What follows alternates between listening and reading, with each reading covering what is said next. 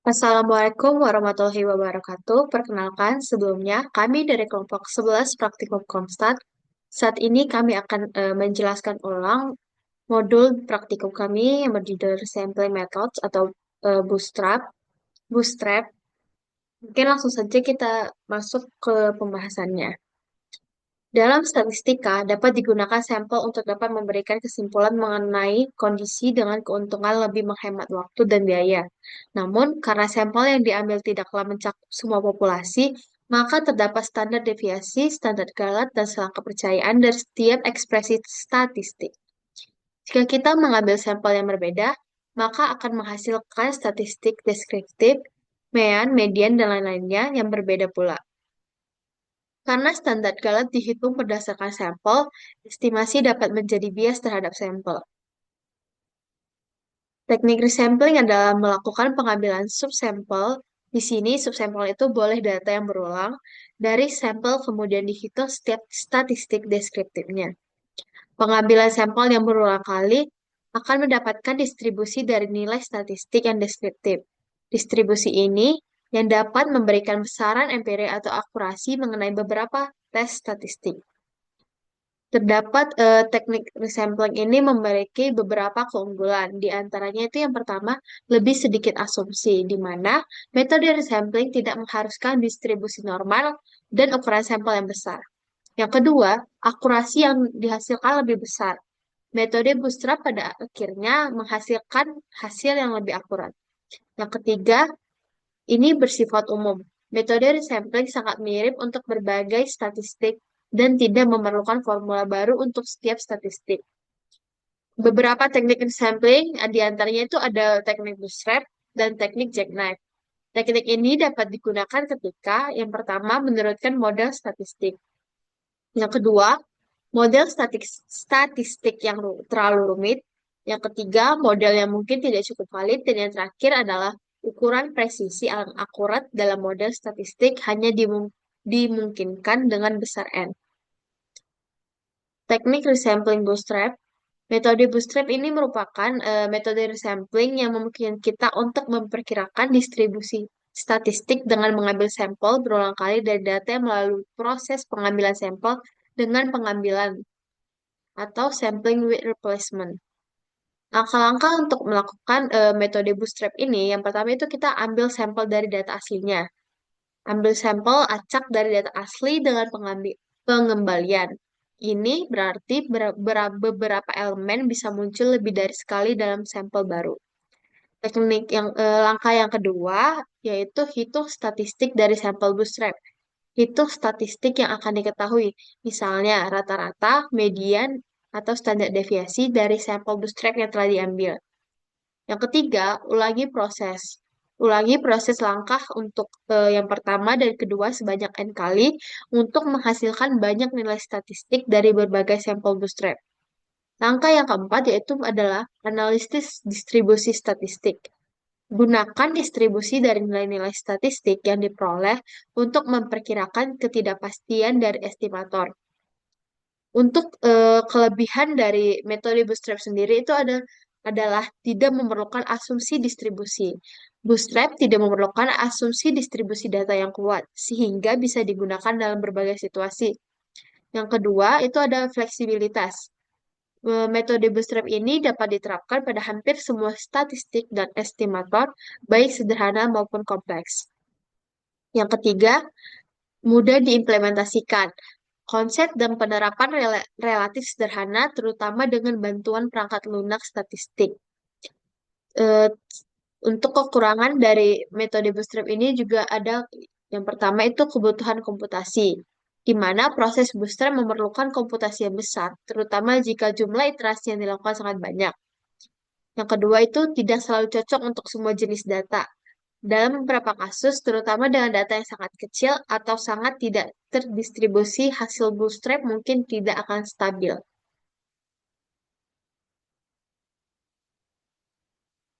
Selanjutnya yaitu contoh kasus penggunaan metode bootstrap. Misalkan kita memiliki dataset yang berisi nilai-nilai pengukuran suhu dalam derajat Celcius dari 10 lokasi. Nah, gunakan teknik bootstrap untuk memperkirakan interval kepercayaan 95% untuk rata-rata suhunya. Pertama yaitu kita inisiasi data aslinya dengan data C 22,5, 21,8, 23,1, 22,9, 24,0, 21,6, 23,4, 22,1, 23,0, dan 22,8. Kemudian di sini kita menggunakan set sheet 123, di mana penggunaan set sheet memungkinkan hasil bootstrap yang konsisten setiap kali kode dijalankan. Jadi set sheet digunakan agar setiap kali kode dijalankan hasilnya tidak berubah. Selanjutnya itu kita menentukan parameter bootstrapnya. Di sini kita menggunakan jumlah iterasinya sebanyak 1000, yaitu nanti ada 1000 kali pengambilan sampel ulang. Kemudian n size sama dengan length data itu maksudnya ukuran sampel yang kita gunakan sama dengan panjang data aslinya.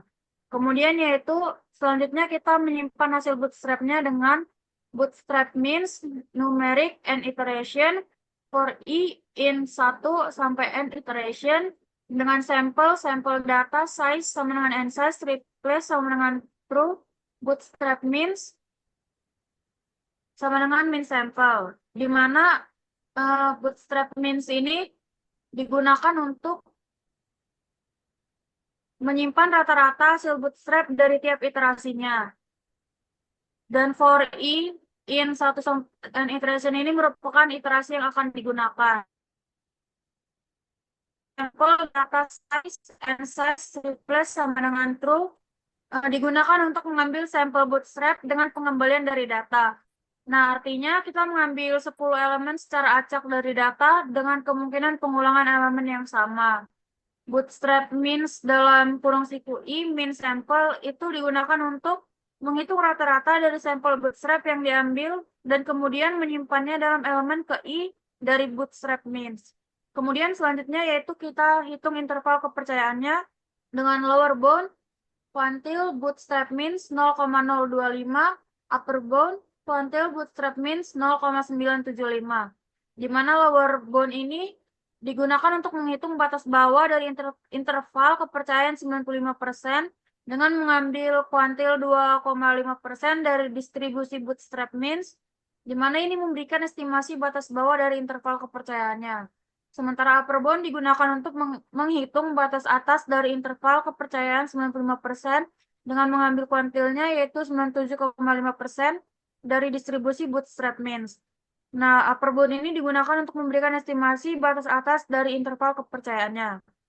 Selanjutnya itu kita print outputnya dengan kode cat printf rata-rata data asli, kemudian koma min data, kemudian cat printf interval kepercayaan 95% untuk rata-rata, kemudian lower bound, upper bound.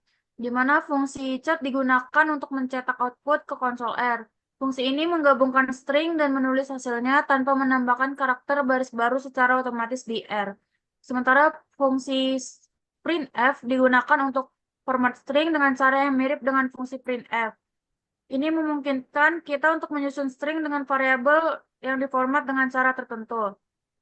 Nah, hasil dari bootstrap ini yaitu didapat bahwa rata-rata dari data aslinya yaitu sebesar 22,72 dan interval kepercayaan 95% untuk rata-ratanya itu didapat sebesar 22,28 dan 23,14. Selanjutnya akan dijelaskan oleh teman saya.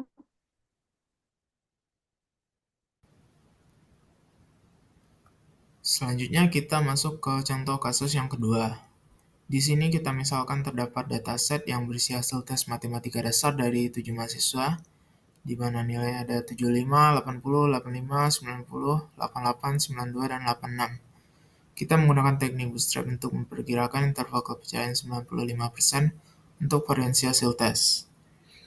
Di sini pada langkah pertama kita inisiasikan variabel data dengan nilainya ada 75, 80, 85, 90, 88, 92, dan 86.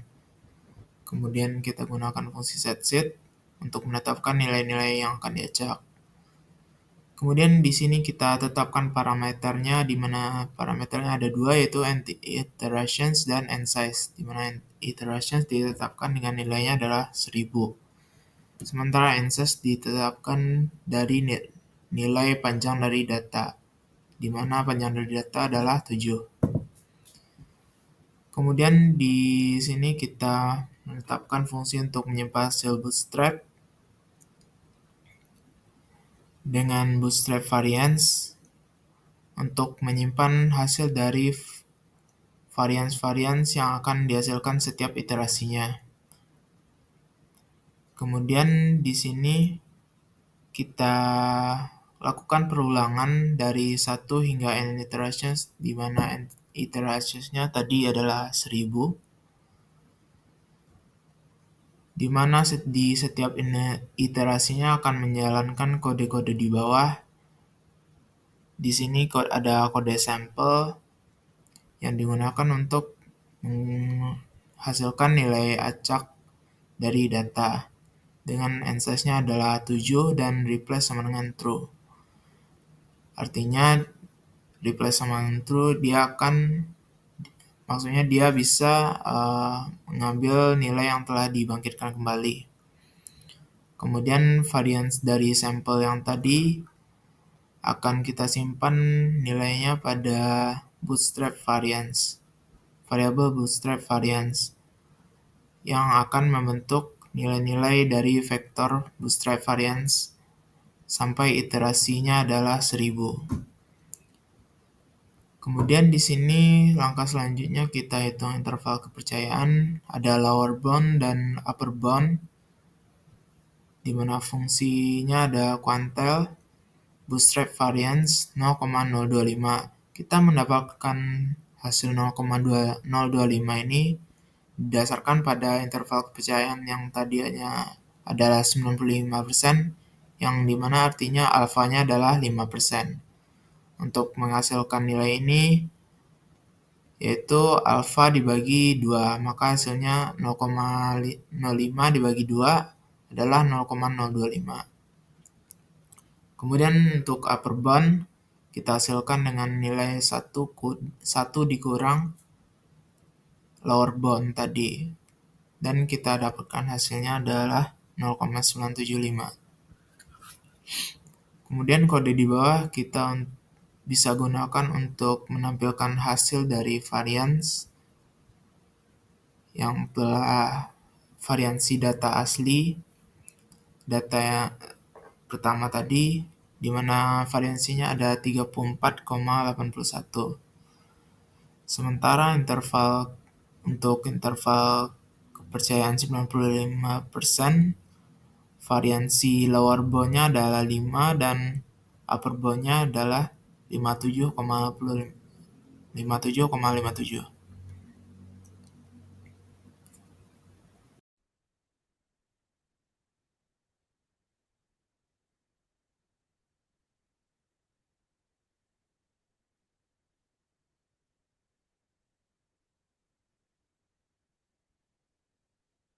Selanjutnya kita akan membahas contoh kasus 3. Di sini yang berbeda dari contoh kasus sebelumnya, dia pakai untuk menghitung model dari regresi linear. Di sini kita punya datanya itu X, untuk X itu melambangkan tinggi badan. Isinya datanya ada 150, 160, 170, 180, 190, dan 200. Lalu eh, yaitu melambangkan berat badan. Di sini nilainya ada 50, 60, 65, 75, 80, dan 90. Lalu kita pakai bantuan set.23. Di sini fungsinya untuk eh, menggenerate random number, sehingga hasil pemanggilannya nanti akan tetap sama. Lalu di sini kita pakai parameter bootstrapnya itu, n iterationnya kita sebanyak 1000, n size-nya itu sebanyak si length-nya si x. Di sini length itu ada 6. Lalu kita untuk menyimpan hasil bootstrapnya, di sini kita pakai bootstrap slopes. Di sini ada numeriknya dari si n iteration itu berarti 1000. Lalu kita pakai perulangan for. Lalu di sini ada example dan y sample.